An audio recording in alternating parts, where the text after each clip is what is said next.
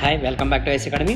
So మనం sixth class maths సంబంధించి మనం ఇంతకుముందు డివిజిబుల్ రూల్స్ చూడడం జరిగింది కదా. ఇదేంటని చూసినాం మనము 2కి నేర్చుకున్నాం, 3, 4, 5, 6 వరకు నేర్చుకున్నాం. ఇంకేం నేర్చుకున్నాం మనం 7, 8, 9, 10, 11 ఈ నెంబర్స్ నేర్చుకోవాలి. ఓకేనా. సో ఇప్పుడు మనం ఏం చేద్దామంటే 7 నుంచి స్టార్ట్ చేసి రిమైనింగ్ 11 వరకు ఈరోజు మనం ఇవన్నీ నేర్చుకుందాం. సో 7కి సంబంధించిన డివిజిబుల్ రూల్స్ నేర్చుకుందాం. 7కి సంబంధించిన డివిజిబుల్ రూల్ ఏముంది అంటే కనుక సమ్ ఆఫ్ ద నంబర్స్ ఏవైతే నంబర్స్ ఇచ్చింటాడో, సరే ఒక పని చేద్దాం. ఫస్ట్ మన కొన్ని క్వశ్చన్స్ రాసుకుందాం ర్యాండమ్గా, ఏవి డివిజిబుల్ అయితే లేదో మనం అప్లై చేద్దాం సో దట్ మనకి ఈజీగా అర్థమవుతుంది. 294, 467, 528, 826 ఒక 4 డిజిట్స్ తీసుకున్నాం. ఓకేనా, 4 నెంబర్స్ తీసుకున్నాం. దీంట్లో మనం రూల్ ఏమంటే కనుక ఏదైతే లాస్ట్ నెంబర్ ఉందో ఈ లాస్ట్ నెంబర్ని ఇంటూ 2 చేయాలా, రిమైనింగ్ నెంబర్లో నుంచి తీసేసేయాలా. అంటే ఏమి 29లో నుంచి 4 2s 8ని తీసేయాలి. సో 29లో నుంచి 8 పోతే ఎంత 21 కదా. 21 7తో డివిజిబుల్ అవుతుందా, 7 1s 7 3s అంటే డివిజిబుల్ అవుతుంది కదా. సో దట్ మీనింగ్ ఏం మనకు 294 కూడా 7తో డివిజిబుల్ అవుతుంది అని అర్థమైందా రూల్. సేమ్ అదేవిధంగా 467 కావాలంటే ఇంటూ 2 చేయండి, 7 2s 14 కదా. 46లో నుంచి 14 తీసేద్దాం. 6లో నుంచి 4 పోతే 2, 4లో నుంచి 1 పోతే 3, 32ని మనం 7తో డివైడ్ చేద్దాం. సో 32 పోతుందా మనకు, 7 4s 28 కదా, అంటే పోదు కదా. కాబట్టి ఇది 7తో పోతుందో లేదో ఒకసారి చెక్ చేద్దామా, అంటే మొత్తం ప్రాబ్లం చేసి చూద్దామా ఒకసారి. 7తో 4 6 7 అనే ప్రాబ్లం ఒకసారి చెక్ చేద్దాం, మీకు అర్థమవుతుంది క్లియర్గా. సో 7 6 ఎంత 42, 4 మిగిలింది. సో 7 దించుకున్నాం. సో 4 6 42, సో 5 మిగిలింది. అంటే దీని మీనింగ్ ఏమి, దీని నాన్ డివిజిబుల్ కదా, డివిజిబుల్ కావడం లేదు కదా 7తో. అర్థమైందా. అంటే రూల్ ఏమి, లాస్ట్ నెంబర్ని ఇంటూ 2 చేయాలా, రిమైనింగ్ నెంబర్లో నుంచి తీసేసేయాలా. సో ఇంటూ 2 చేయాలా, అయితే 16 అవుతుంది. 52లో నుంచి 16ని తీసేయాలి. అంటే 12లో నుంచి 6 పోతే, ఇక్కడ 12 లేదు, 2 అయింది యాక్చువల్గా, మనం ఇక్కడ నుంచి తీసుకున్నాం. సో 12లో నుంచి 6 పోతే 6, 4లో నుంచి 1 పోతే 3. 36 అనేది 7తో డివిజిబుల్ అవుతుందా, డివిజిబుల్ కాదు. కాబట్టి 528 కూడా డివిజిబుల్ కాదు. అదేవిధంగా 826 చెక్ చేద్దాం ఒకసారి. సో ఇక్కడ స్పేస్ లేదు, ఇక్కడ రాద్దాం. 826 అంటే 80లో నుంచి 6 2s 12ని తీసేద్దాం. సో 7లో 2లోంచి 2 పోతే 0, 8లో నుంచి 2 పోతే 7 పోతుందా, 7 10s 70 కదా. కాబట్టి 826 కూడా 7తో డివిజిబుల్ అవుతుంది. అర్థమైందా ప్రాబ్లము. సో 7తో డివిజిబుల్ కావాలంటే రూల్ ఏమి, ఎండ్లో ఉన్న చివరి నంబర్ ఇంటూ 2 చేయాల, రిమైనింగ్ వాల్యూలోంచి ఆ వాల్యూని తీసేసేయాల. క్లియర్ కదా. సరే 8th డివిజన్ రూల్ చూద్దామా. ఇప్పుడు 7th నేర్చుకున్నాము, 8కి సంబంధించి చూద్దాం. 8th డివిజిబుల్ రూల్ చూద్దాం. సో కొన్ని క్వశ్చన్స్ తీసుకొని మనం ప్రాక్టీస్ చేద్దాం. ఎగ్జాంపుల్కి 3864 ఒక క్వశ్చన్ తీసుకున్నా, 8116 ఒక క్వశ్చన్ తీసుకున్నా. అంటే 3864, 8016, 116 తీసుకున్నాం. సో 8కి సంబంధించిన రూల్ ఏమంటే చివరిలో ఎండ్లో 3 డిజిట్స్ ఏవైతే ఉన్నాయో అవి 8తో డివిజిబుల్ కావాలా. ఇది ఎక్కడొచ్చింది మనకు, 2 డివిజిబుల్ రూల్ ఏమి, లాస్ట్ నెంబర్ 2తో డివిజిబుల్ కావాలా. 4 డివిజిబుల్ రూల్ ఏమి, లాస్ట్ 2 నంబర్స్ 4తో డివిజిబుల్ కావాలా. 8 రూల్ ఏమి, లాస్ట్ 3 డిజిట్స్ 8తో డివిజిబుల్ కావాలా. అర్థమైందా. ఇవి 8తో డివిజిబుల్ అయితే టోటల్ క్వశ్చన్ డివిజిబుల్ అవుతుంది. అంటే మనం టోటల్ ప్రాబ్లం చేయాలా ఎలా, 8తో మనం 8తో చేయాలా. 8 1s 8, సో 0 మిగిలింది. ఇంక రిమైనింగ్ ఏముంది మనకు, 8 1s 8 పోతే ఇంక రిమైనింగ్ 6 ఉంది. 6 పోదు కాబట్టి మనం 4 తీసుకుందాము. సో 8 8 64, కాబట్టి 0 వచ్చింది. అంటే 8తో డివిజిబుల్ అవుతుంది. కాబట్టి 3864 కూడా డివిజిబుల్ అవుతుంది అని మీనింగ్. అంటే మనం యాక్చువల్గా చూసే 8కి ఎక్కువ డివిజిబుల్ రూల్ చాలా పెద్దగా ఉంది కదా. సో దీనికంటే కంపేర్ చేసి మనం టోటల్ ప్రాబ్లమే చేయొచ్చు. కానీ ఎప్పుడు ఇది యూజ్ అవుతుందంటే చాలా లెంతీగా ఉన్న ప్రాబ్లం మాత్రమే ఇది యూజ్ అవుతుంది. చిన్న చిన్న వాటికి మనకి యూజ్ కాదు. క్లియరా. సరే నెక్స్ట్ క్వశ్చన్ తీసుకుందాం. సో ఈ నెక్స్ట్ క్వశ్చన్ తీసుకుంటే మరి మనం ఏం చేయాలి, 3 డిజిట్స్ మాత్రమే తీసుకోవాలి. అంటే 8తో 116ని డివైడ్ చేయాలి. సో 116 అంటే 8 1s 8, 11లో నుంచి 8 పోతే 3, 6 తీసుకున్నాం. 8 4s 36, అంటే 8116 కూడా 8తో డివిజిబుల్ అవుతుంది. మీరు చెక్ చేయండి ఒకసారి, మీకు రాకపోతే కామెంట్ షేర్ చేయండి, నేను ఆన్సర్ చేస్తాను. ఓకే. సరే నెక్స్ట్ రూల్ ఏముంది మనకు, 9 రూల్. 9కి సంబంధించిన రూల్ ఏముందంటే, సరే క్వశ్చన్ రాసి మీకు ఎక్స్ప్లెయిన్ చేస్తాను. ఫస్ట్ 9కి సంబంధించిన రూల్ ఏముంది, 4266, 4266, 319, 8245, 66321. సరే ఇప్పుడు 8 రూల్ చూద్దాం. 3 రూల్ ఏమి, మనం సమ్ ఆఫ్ ద నంబర్స్ 3తో డివిజిబుల్ కావాలా. సేమ్ అప్లై అవుతుంది 3కి కూడా. సమ్ ఆఫ్ ద నంబర్స్ 9తో డివిజిబుల్ కావాలా. సో 4 + 2 6, 6 + 2 6 + 6 12, 12 + 6 18, 18 9తో డివిజిబుల్ అవుతుందా? 9 3 18 కదా, కాబట్టి టోటల్ నంబర్ 9తో డివిజిబుల్ అవుతుంది. చెక్ చేద్దామా అవుతుందో లేదో. సో 9 4266. సో చెక్ చేద్దాం ఒకసారి. 9తో 9 4 36. సో 12 నుంచి 6 పోతే 6, అంటే మనం ఇక్కడ నుంచి తీసుకున్నాం 1ని. నెక్స్ట్ ఉన్న 6ని దింపుకున్నాం. సో మనకి ఏం పోతుంది నెక్స్ట్ నెంబర్ 9 7 63. సో 3 వచ్చింది. మరి 9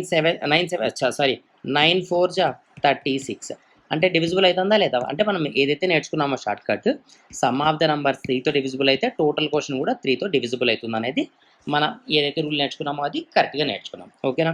సరే, అదేవిధంగా నెక్స్ట్ నెంబర్ చెక్ చేద్దాం. 3 + 1 ఎంత? 4, 4 + 9 ఎంత? 4 + 9 13, 13 9తో డివిజిబుల్ అవుతుందా? కాదు, కాబట్టి టోటల్ క్వశ్చన్ 9తో డివిజిబుల్ కాదు. నెక్స్ట్ క్వశ్చన్ 8 + 2 10, 10 + 4 14, 14 + 9 19, 14 + 5 19, 19 అనేది 9తో డివిజిబుల్ అవుతుందా? డివిజిబుల్ కాదు, సో టోటల్ క్వశ్చన్ కూడా కాదు. నెక్స్ట్ 6 + 6 12, 12 + 3 15, 15 + 2 17, 17 + 1 18, 9తో డివిజిబుల్ అవుతుందా? 9 1 9 2. సో 66,321 కూడా డివిజిబుల్ అవుతుంది. అర్థమైందా? ఈ విధంగా డివిజిబుల్ రూల్స్ మనం నేర్చుకోవచ్చు ఈజీ వేలో. సరే, నెక్స్ట్ ఏముంది మనకు 10 డివిజిబుల్ రూల్ నేర్చుకుందాం. 10కి సంబంధించిన రూల్ ఏముంది అంటే ఇంకా ఏమీ లేదు. 5కి నేర్చుకున్నాం. ఏం నేర్చుకున్నాం మనం? 5కి ఎండ్లో 5 కానీ లేదా 0 కానీ ఉండాలి రూల్. అదేవిధంగా 10కి ఏముండాలంటే ఎండ్లో ఓన్లీ 0 ఉండాలా, 5 ఉండకూడదు, ఓన్లీ 0 ఉండాలా. అంటే నేను కొన్ని క్వశ్చన్స్ రాస్తా చూడండి.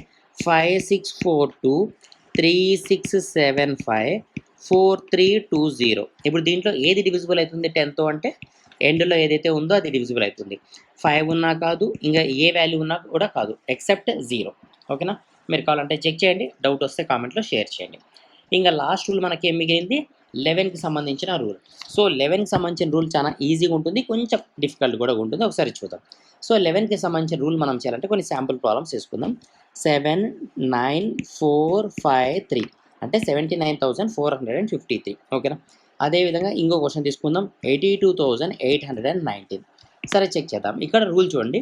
ఇక్కడ ఏవైతే ఆడ్ నంబర్స్ ఉన్నాయో ఈ ఆడ్ నంబర్స్ని సమ్ చేస్తే, యాడ్ చేస్తే, అంటే 3 + 4 7, 7 + 4 14. ఓకేనా?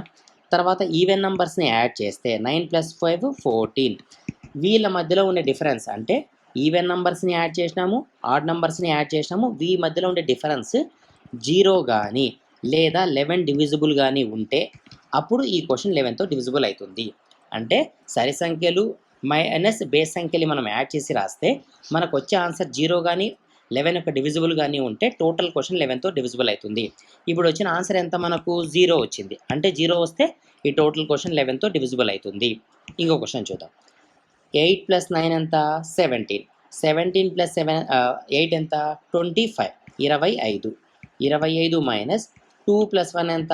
3, 25 నుంచి 3 పోతే ఎంత? 22, 22 అనేది ఇక్కడ చూడండి 11 యొక్క డివిజిబులే కదా, అంటే 11 1 11 2.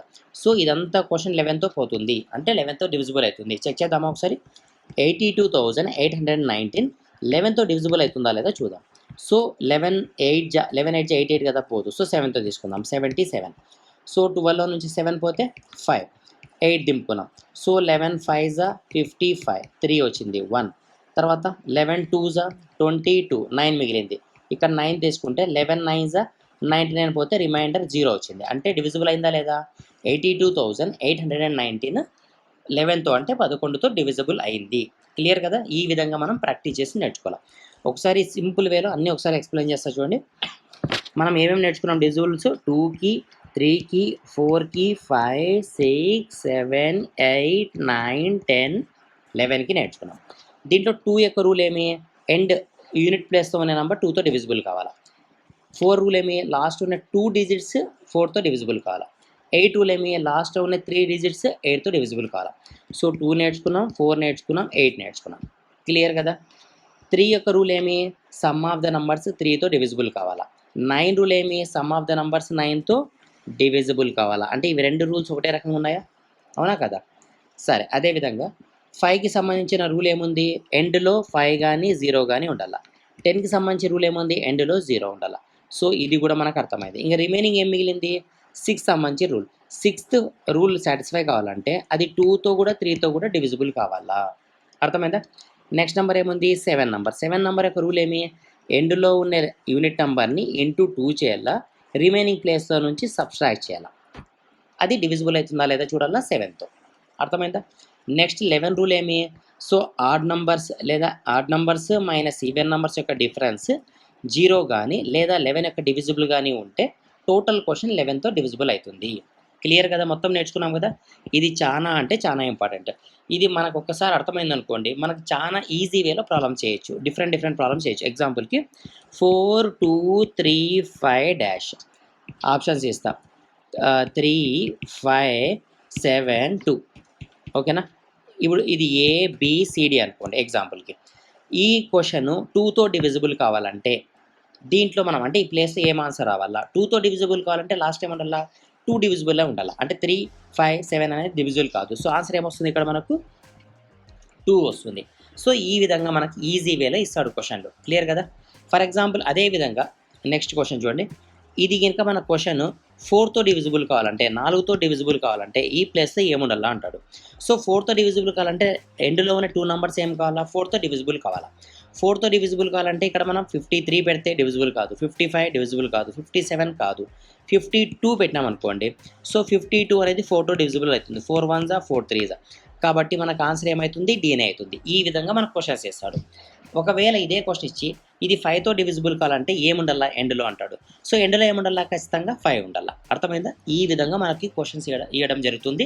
రెగ్యులర్ క్లాసెస్‌లో కావచ్చు, మీ కాంపిటేటివ్ ఎగ్జామ్స్‌లో అంటే ఐఎంఓ ఇలాంటి ఎగ్జామ్స్‌లో కూడా మనకు ఈ విధంగా క్వెషన్స్ అయితే ఫ్రేమ్ అవుతాయి కాబట్టి చాలా అంటే చాలా ఇంపార్టెంట్. 6థ్ క్లాస్‌కే కాదు, ఒక్కసారి మనం ఈ కాన్సెప్ట్ నేర్చుకుంటే 7థ్, 8థ్, 9థ్ అప్ టు కూడా మనం ఎంతవరకు అయితే చదువుతామంటే ఇంటర్మీడియట్ కూడా ఈ షార్ట్ కట్స్ అనేది మనకి చాలా అంటే చాలా యూజ్ అవుతాయి కాబట్టి మిస్ కాకుండా ప్రాపర్‌గా 1కి 2 సార్లు వీడియో చూడండి. అదేవిధంగా నోట్స్‌లో కూడా ఇవన్నీ పాయింట్స్ జాగ్రత్తగా రాసుకోండి. చాలా అంటే చాలా important class. Okay. Thank you.